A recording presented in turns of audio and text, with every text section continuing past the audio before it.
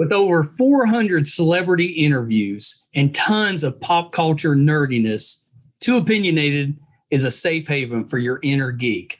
Find us at meistercon.com or on YouTube under MeisterCon Pod. And please subscribe. It would really help us out. Thanks, everybody. Hi, everybody. Welcome to another edition of Too Opinionated. Super excited today. I've got actress Kallie Hu with me. So welcome, Kallie. Hey, thanks, Michael. Really excited to be here. I've been chattering your ear off camera with a bunch of nonsense for about 10 minutes now.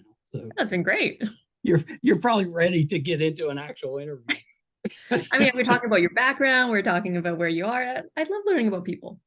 Well, that's really all I had. So I just wanted your opinion on the background. Now that I've got it, I'm good. That's great. So Kallie, thank you so much for doing this. I'm a fan of yours, and it's been kind of fun because you've popped up on some of the geeky shows, which obviously I kind of like. So I knew you. So when I saw that the new Grease was coming out, Rise of the Pink Ladies, and saw you were going to be in it, I was like, oh, I recognize her. So you were the first person from that show that I reached out to, and you were kind enough to come on. So we have to talk about Grease, but before we do, tell me a little bit about kind of what got you into the entertainment business. How did you become an actress? Yeah, for sure. So I did start as a dancer all my life. You're in preschool and your mom enrolls you in ballet, tap, jazz, the whole gauntlet. I'm guessing you're what, 2 or 3 years old, probably? Oh yeah, like 4. Yeah, 3 or 4. Piano, dance classes, drawing lessons. It's just like, go do something so we can work during the day. It was right. One of those situations. Don't need to worry about it right now. So yeah, that started. I actually hated dancing growing up. I was crying. I was like a little brat. Didn't want to do anything. You were that kid on stage that the parents are like, we just take her off the stage. You know what? On stage, I was okay. I love performing. I've always loved performing. But yeah, it was just like going to dance class was always tough. And we had this one ballet teacher. She was great, but she just yelled a lot. So I was always scared. As ballet teachers do. And so fast forward years and years later, it became a great strength of mine to be able to dance in all these different styles. And I ended up in university, not pursuing dance fully, but like going to open calls. Let's see if we can book something, here or there. I've always loved performing. In high school, I loved performing, joined the drama team, drama club, but I was always dancing. So I was like cast in the equivalent of tree number 2 in most of the plays. Like I didn't have any lines. I just showed up, or like I died in the first second, or I was like in the background. And so as years progressed, I was like, is this viable? Like, I should probably study. Like I've always been really studious, and I graduated university. After that, I got accepted to a program in Barcelona, a master's program in Spain. Oh, nice. Yeah, it was really great. And I was set to go. I was accepted. I was getting my visa. And then an open call for Descendants 2, Disney's Descendants 2 came up. Of course. Kenny Ortega was directing, Tony Testa, incredible choreographer I've looked up to for years. I used to get these subscriptions to Dance Spirit magazine back in high school, and he was on the cover of one of them. Thought he was really good looking, and then he was a really great dancer, and so I followed his story for a little while, and he was choreographer of that movie. So I meant to be, and it was like a grueling week of auditioning, and then booked it. And throughout that process of working on my first movie, I responded to another open call on Facebook for a pop soda commercial. The agent sent me over. I didn't book it, but I went to the audition, and he's like, do you want to join my roster? And it's been 7 years later, and I'm still with him, and I'm here now. I mean, that's pretty great. I guess with dance, you're at least used to being in front of an audience. Mm-hmm. So that takes some of that fear maybe away, where you can transition into acting. But I think that's really neat that you started in acting by dancing, and then moved over to more of the speaking acting roles, which is I think pretty neat. Thank you so much. Yeah, that's pretty neat. So when you were dancing growing up, were you doing all of the dance, or did you like just do ballet? Oh, all the dance. Everything from ballet to like hip hop. I picked up like salsa dancing along the way. I think salsa and bachata dancing are my favorites so far. That's a good one to pick up. Like that's a good party dance. Oh, such a great party dance. You just go to socials, you meet people. I just love it so much. I'm currently looking for a dance partner if there's someone in Vancouver. Yeah, just did everything. I trained extensively in ballet and contemporary modern for a lot of my childhood. Went to the Go Ballet, the Arts Umbrella, and then joined a hip hop dance crew because I was like, I want to Of feel cool. course. Yeah, and then you do that, and then you compete across the world, and yeah, you just have these incredible experiences with these people who are just as dedicated as you. Yeah. Yeah, I think that's so great. I was a dance parent, so my oldest was a dancer all the way up through high school. And now her daughter, my granddaughter she just turned 3. So Mhm. she just started. She's been in it for a couple months now and she loves it. You know, which is kind of fun because seeing her so little and she's trying to learn the movements and stuff but she doesn't get frustrated, so she's hanging in there so far. That is She hasn't been adorable. up in front of an audience yet, though. That's like the first recital's like in June, so we'll see how she does with that. It's always nerve-wracking. You're like, is she going to be the kid that you need to push off stage, or is she going to just like soak it up, you know? Yeah, hopefully it's more. If she has trouble, it's more of a freeze up and not a meltdown type of situation. Uh-huh. Those are long days. Long Those days. recitals, which are great. Like when your child is on stage, you're like, woo. As soon as they get off stage, you're like, okay, this is a long day. Oh yeah, and then you're stuck watching everyone else's kid. My father would sleep a lot in the audience and with growing up, and my mom would just like nudge him, like, "Hey, she's on." Like, back. Yeah, I've been there.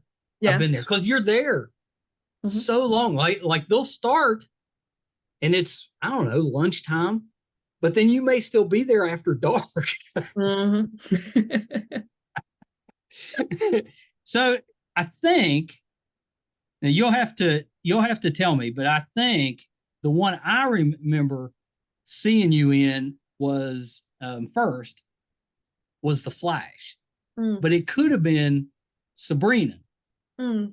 One of those maybe early on that you had a kind of an initial acting role. Yeah, yeah. The Flash was actually my first acting role. Okay, that's the one I remember seeing you Yes. in first. So you were like a tour guide. Yeah, yeah. Exactly. Yeah, I remember being so nervous that day, like a whole, just like a monologue in front of like the whole cast and crew on this huge show and leading this giant group, and everyone's literally just waiting for you to get your lines out. I just remember Derek Myers, yes. Yeah, Swamp Thing, you know him? yeah, of course. Yeah, he's amazing, incredible guy. And he was like, yeah, he just made me feel so so calm and confident. He's like, yeah, you're doing great. Like, just like breathe. And he really made that transition into film and TV really really special, you know. Yeah, and I've heard that cast is pretty easy to work with. They're Yeah. pretty inviting when they have guests on set. So was it like that? Was it your kind of your experience? Yeah, we had our my scene I think was not with the main cast, but they were in the green room, and I just remember, yeah, everyone on that set, especially the crew. The crew was very inviting too that day. Yeah, we had Brenton Spencer on Mm. who's the director of photography for Flash. Um, and I let him know that you were coming on. He said you were actually really talented. He said he didn't get to really work directly with you, but he was there, I guess, while you were doing it. He said he's not surprised that you got a big role in an upcoming show because he thought you were really Oh, talented. oh my gosh, you don't know how much that just warmed my heart up. That's amazing. Thank you. Thank you for Well, sharing it's that with always nice when you get a compliment from somewhere you're not expecting. me. Yeah. And I thought that was and he's that type of guy, but it's nice when someone that you don't even realize was watching can kind of like, Mhm. hey, I saw that, you were really good. So I'm not too bad. sending him my thanks right now. Thank you so much. Oh my gosh. Well, you had a little role on Legends of Tomorrow too. Yeah, that was a fun one. I got to meet. I was a K-pop twin star, riffing. participant in this talent competition. My opposite Bobo, we definitely spent a lot of time discussing like how we wanted to complement each other on it. Yeah. And when I go up, do you want to go down? How are we going to play this? Who's playing bass? Who's playing it? We didn't realize until on the day which actual instrument we're getting. So we, changed up what we were doing each time. Which one did you get? I believe I got the electric guitar, and I think Bobo got the bass. Yeah. I think. Can you play guitar? I'm learning. Okay. I have a black Fender acoustic guitar downstairs waiting for me. Well, so you at least knew your way around it. Yeah, I know basics. I've definitely dabbled here and there. But I have a basis in like piano, more likely. Most Right. So. Yeah. I tried. My poor piano teacher aunt tried for 2 years when I was like 8 or 9 years old to teach me. And I put effort into it. Terrible. I never progressed. So yeah. So I, now that I'm an adult, I apologize to her all the time. I'm like, I'm so sorry for wasting. Oh, it's hard. It's hard. It's very difficult. There's all these keys, all the, I think it's just the practice. It's you got to, if you're just like with dance, if you're going to go into that, you got to put the time into it. And I put the time into it somewhat, but that wasn't where my passion was. So I didn't learn it very. Where was your passion back then? Back then it was sports. Mm-hmm. I was a baseball guy. So I was just, a kid. That's all I wanted to do growing up was be a baseball player. And then at some point, life tells you should probably have a backup. Oh, that's all right. I'm still holding out hope for the grandkids. Maybe one of them will be a baseball player. You never know. That would be amazing. I'm rooting for you. I'm rooting for your kids. I need somebody to root for me. Do you sing? I have been training, especially, throughout the show. Voice has always been a tricky thing in growing up as a dancer. Voice, you never have to use your voice. But it's always been such an incredible feeling, when you're able to sing. If you're ever I don't go to church often, but when I do, oh, it's lovely. It just feels so great. Yeah, it's nice if you've got at least enough confidence where you can join in the hymns and that type of thing, because that's a good place to get used to singing in public, I think. Definitely. Yeah. Well, and I assumed that you could sing since you're going to be on Grease, but let's talk a little bit about that. So it's Grease, Rise of the Pink Ladies. What's the show about? Although it's kind of obvious. And what's your role on the show? Yeah. So it takes place in 1954. So it's a prequel to the original Grease movie. So 4 years before. And it's about these 4 outcasts, these misfits who decide to take life into their own hands. They band together and have fun on their own terms, and it's about the rise of who the Pink Ladies are and where they came from. So it changes Rydell forever. I'm surprised they haven't done it before. Interesting. Yeah. I feel that it just fell into place at the right time. Annabelle Oakes, our showrunner and writer, and she's put so much of herself into this, and the way she's pieced it together, and with all these characters, this universe that has been made. It was many years in the making. And it's so dear and tender to so many of our hearts. Of course. Yeah. I'm assuming you're a Grease fan. Well, dancer, can't not me. I was always an Olivia Newton-John fan growing up, of course. And we were so disappointed because she had planned to come on the podcast, and just her health just didn't let her do that. But when did you film this version of the Grease? Was it during the pandemic, or did it come after that? It was last year. So it was the majority of last year. So it was kind of getting out of the pandemic, but there were very strict COVID rules just for the safety of everyone on set, which I really appreciated. It was tricky, there's such a huge cast. So testing was so frequent. I've gotten very used to feeling a Q-tip up my nose. As have we all. Oh, yeah. And that took some getting used to. Yeah. Can I be really honest with you? Yeah. Kind of like the tooth. I'm kind of like Q-tip on my nose. It's such a nice clean. Like, I don't know. I made my nose is shaped differently. It didn't really hurt ever, and it just felt really nice. I'm pretty jealous of that because I Yeah. don't think that's the experience most of us had. I've heard a lot of, tears and pain from a lot of people for sure. Yeah. So my day job, I work in a local hospital system here, here in town, and it's something where I'm getting tested still like 3 times a week, like Monday, Wednesday, Friday. I'm getting tested, and I've never got used to it. It's like, okay, let's do it, but that's not, it's not something where I'm like, oh, wasn't that a nice clean? You're just like, okay, here we go again. Just like do it. So you play Peg Mm-hmm. on the show. So what kind of character is Peg? Is she the kind of the bad guy of the group? Is she the nice one? Who are we getting with Peg? Mm-hmm. Of course, I don't want to, reveal too much about like the story or That's before right. before it comes out. We're very close to the day. But Peg Very is close. very close. I'm so excited. Peg is, that ambitious, loyal friend that you really want in your corner. She'll really just prioritize her friends, and she has to work really hard. She is who is a person of color in 1954. Yeah. And her social standing is quite unexpected. And so she has to do anything she can do to keep that.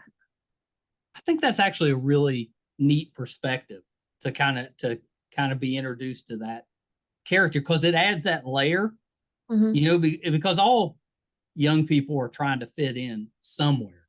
But at that period in time, a person of color is going to have an extra level, and you don't really think about that. But yeah, of course, if you find yourself with a certain level of status or whatever, you're going to try to maintain that. Definitely. Yeah, I like that. Yeah, I think that's a neat angle to have. Will we see you sing any solos? Not the season for sure. But you're definitely going to see her bring some color as every character does in this. Yeah. One thing I do really respect about the writers in the show and Annabelle, they've done such a great job of letting us explore and be creative. One thing you'll see, in the original Grease, even the background, you'll see it's so colorful. There's people with yo-yos or balancing books on their head. Yeah. Every single character of the show has created such a rich backstory that you're going to see some really incredible things that you're not expecting. You might want to watch it 2, 3, 4, or 5 times just to catch everything that's going on. Oh, I love those type of shows. So it's just filled with stuff. Like the more you watch, the more you find out about. Exactly. Yeah, that's pretty exciting. How did you get along with the other Pink Ladies? Oh my gosh, they're such lovely human beings. I don't know where they pluck these people from. And like Indigo Casting was just like bloop, best people It's a talented group, though. Oh yeah, yeah. You got, people from Broadway. You've got people just all around the US and Canada who are absolutely stunning inside and out. I don't even know. Our number one, Marissa Davila, the first day, she just like made everyone feel so welcome, handing out like, little cards to everyone. It's such it's a cast that's so super rare, I feel. Yeah. Yeah, I think that's pretty fun, pretty exciting. Did you have a chance to have visits from any of the original cast? Anybody stop by set? I'm not going to confirm or deny. I think you're confirming, but I won't push it. What I usually ask is, are you the killer? And then they say, I will not confirm or deny. That's right. That's right. Yeah. Do you have a favorite scene that you got to film for this season? Without giving away anything. Yeah, that is such a great question. I don't want to give anything away, but walking into the Frosty Palace for the first time, Oh. like any scene, I think most of us had tears in our eyes just to see like the set deck and to live in this world where you Yes. wouldn't have ever thought you would be a part of. Like you grew up with it, you admired the dancing, you admired the singing, and you just looked up to it for so long. And when you step into the set, oh, Yeah. my heart nearly Yeah, that's a big exploded. deal. Yeah. That's a big deal. How were the costumes, the hairstyles? How'd you enjoy that part of it? Gosh. Oh my gosh. How could I not love it? The costumes were incredible. Just sometimes you'll be on set in these amazing costumes and these beautiful hairstyle and the makeup so on point. You look like you've been transported to a nostalgic time, you Yeah. know?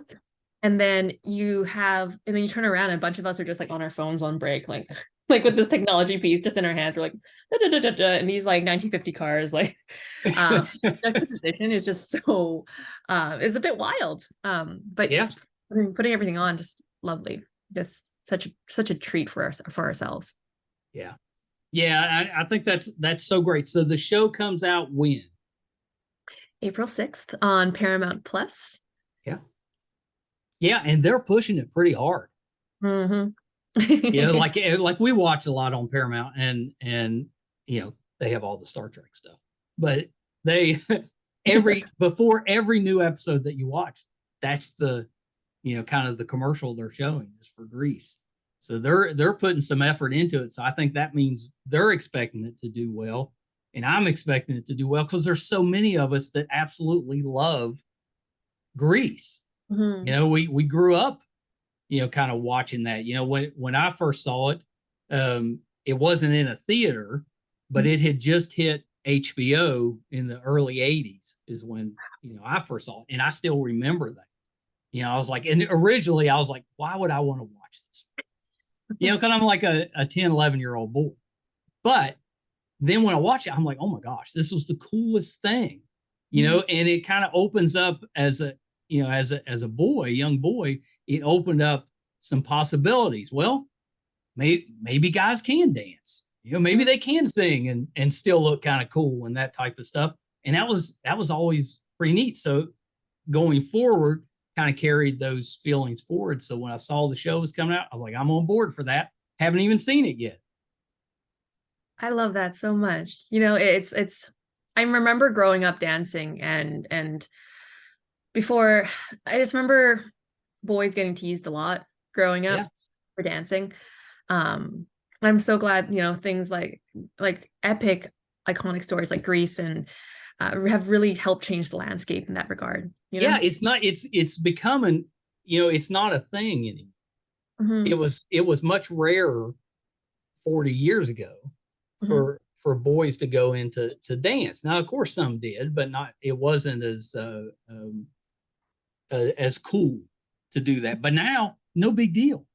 Which is one of the great things about where we're heading, kind of as a society, is we're heading into situations where you don't have those gender specific activities really anymore. People can cross over, between things, and I think that's so great, and it's so nice to kind of see that type of thing happening. Why can't boys dance? Exactly. It just makes it a richer community and a richer, Yeah, diverse, like yeah, the way dance has evolved nowadays. Oh my gosh. I can't wait to see where it goes, yeah, yeah. It's a fun time, and TikTok's part of that. There's such talented people on there putting out dances, and you're like, how do they do that type of thing? Yeah. But it's not that it's new. It's just now we can see it. Mm-hmm. People were doing that stuff. I remember my daughter dancing at home with her friends all day long, every day growing up, and they were doing some amazing things stuff, but nobody was recording. Mm-hmm. Yeah, kind of neat. Kind of Yes. neat. Enjoyed you on Motherhood Fort Salem. Motherland? Motherland. Yeah, Motherland. Yes.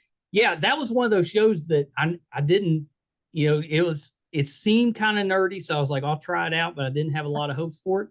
Turned out to really love the show. So it was very Oh, great. nice when you showed up, and you got to do a couple of those. Yeah. Oh man, it was lovely. It was I remember just getting on set and like I just had to like conjure up these like tornadoes with my hands. Oh, and you have this like drone going, you got the wind going, and I'm like, I have I mean, it's powers. always cool to have powers. Oh my gosh, so cool. I grew up like I grew up like thinking that like magic could exist. Like magic actually did exist. And I was like always like if I go through one of those automatic doors that slide this way, I'm always like, and then like I always like pretend like I have the force or something still. Nothing wrong with that. I think a lot of us do Oh yeah, I hope you do. I'm not the weird one. Everyone else is. that. As a kid, there was nothing better than pretending like you opened up the door. Oh yeah. And just like pretending like you could like sometimes I do this a lot. I'm like, hey, can you pass the salt? And like Spider-Man and then sometimes like I still do that today. My boyfriend's like, what are you doing? I'm like, this is who I am. See, you're improving. Yeah, I thought a lot about you going in, but now like you've raised up a little bit because obviously you're a little nerdy. I am so nerdy, Michael. I am. It is kind of silly. Yeah, that's pretty great. I mean, you got the Spider-Man, web shooter, correct? Thank you. Thank That's you. it. That's very impressive. That's very impressive. I had my wife had a when we started doing this podcast, she had a picture drawn of me in kind of like a superhero type. So I've got like an outfit and some powers and stuff I'm shooting, and we stuck that on the door coming into the studio. So my oldest grandson was over at the house the other day, and he's not quite 4, he's almost 4, but he calls it he says that's where superhero Papa lives. That's I was adorable. like, that's pretty great. It's pretty Oh, I love that so much. I was like, with the kid, they don't know. No, no. I was like, all right, I could be a superhero for a little while till he figures it out. Yeah, and then you can practice superhero landings. And like, Yeah, at this age, those superhero landings are tough to get out of. oh, yeah, yep. Yeah. Oh man, if I could work with one superhero, I think it would be Deadpool. Love Deadpool. Oh yeah. Well, Yeah. what a great one to work with because it'd be Oh my God, hilarious. so funny. I mean, you never know what you're going to get into. Love me a good anti-hero. Yes. And he has the quirkiest people in his movies. Mhm. Who's to say? You could be like a super powered pink lady. Dude, that'd be great. I mean, you've already hit the DC universe. We have to get you in the Marvel universe. Oh, let's do it. Ryan Reynolds, just Yeah, hear come that. on.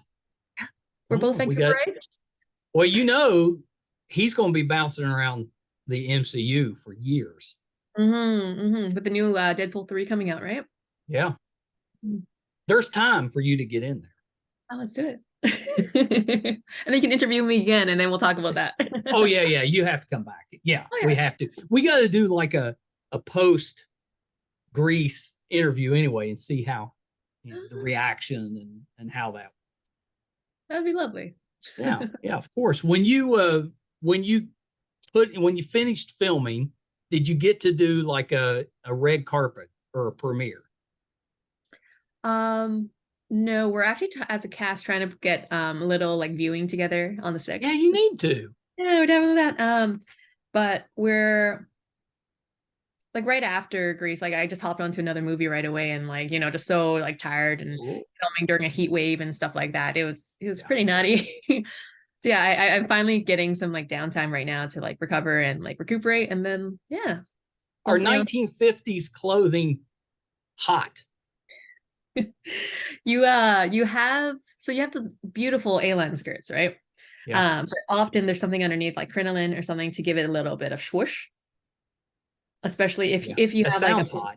It's hot. And then we filmed, during the summer here where we had that like heat wave, heat dome as they called it, and it was tough. Yeah, but the crew did so well in trying to keep us cool, giving us breaks, keeping us in the shade, giving us cold packs, like electrolytes. People were really on it. That's awesome.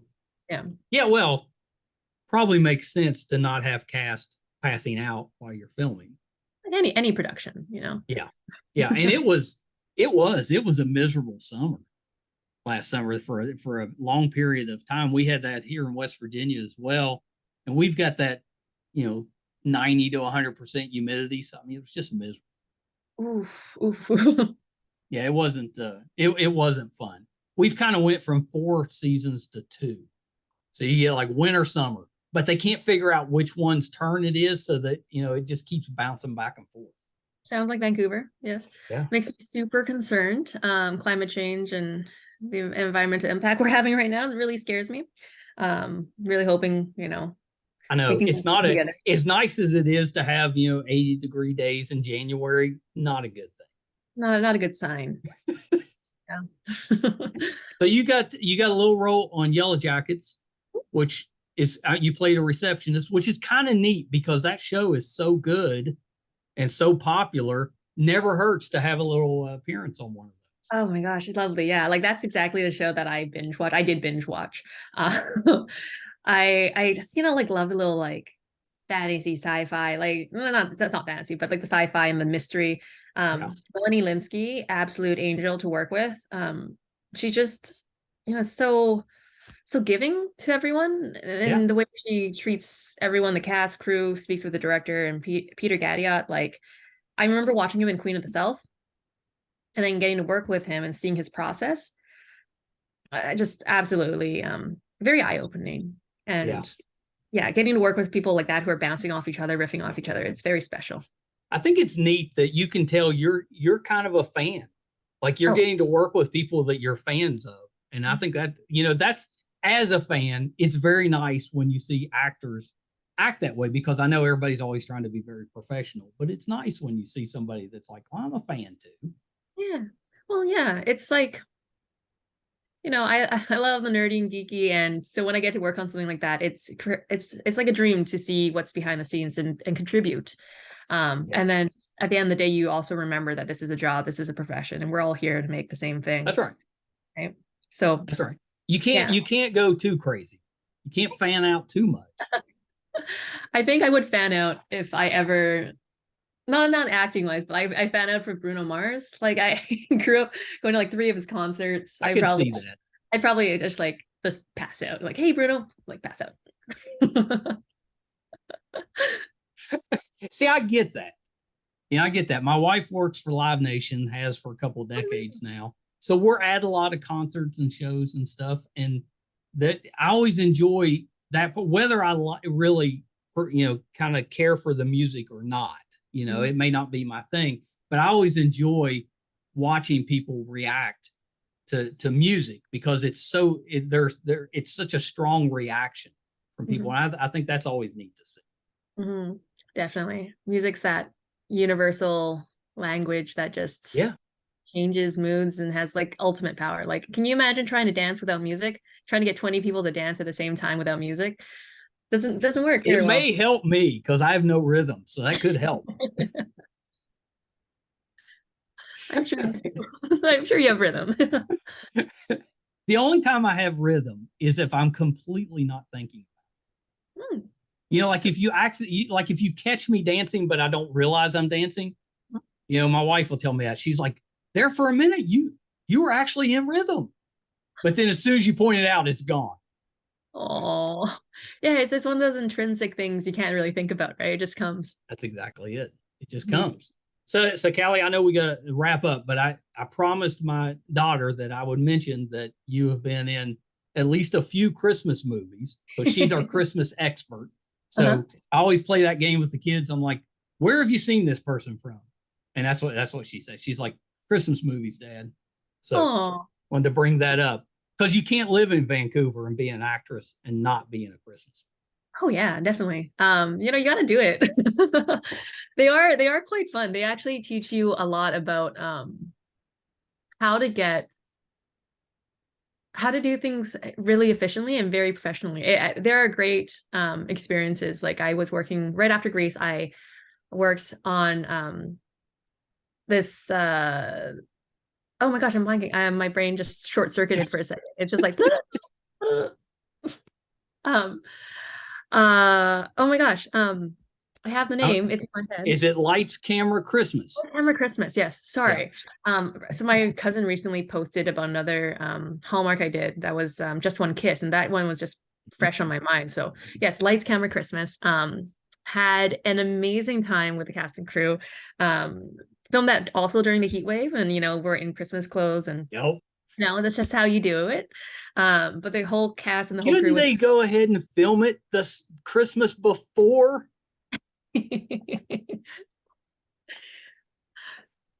maybe I think they just need it's on a schedule. Oh yeah, I'm sure. Yeah, there's so much great content that comes out every single year. Oh yeah, they've got it down. Yeah, they got it down. It's a well-oiled machine, so you get to learn how to be part of that well-oiled machine.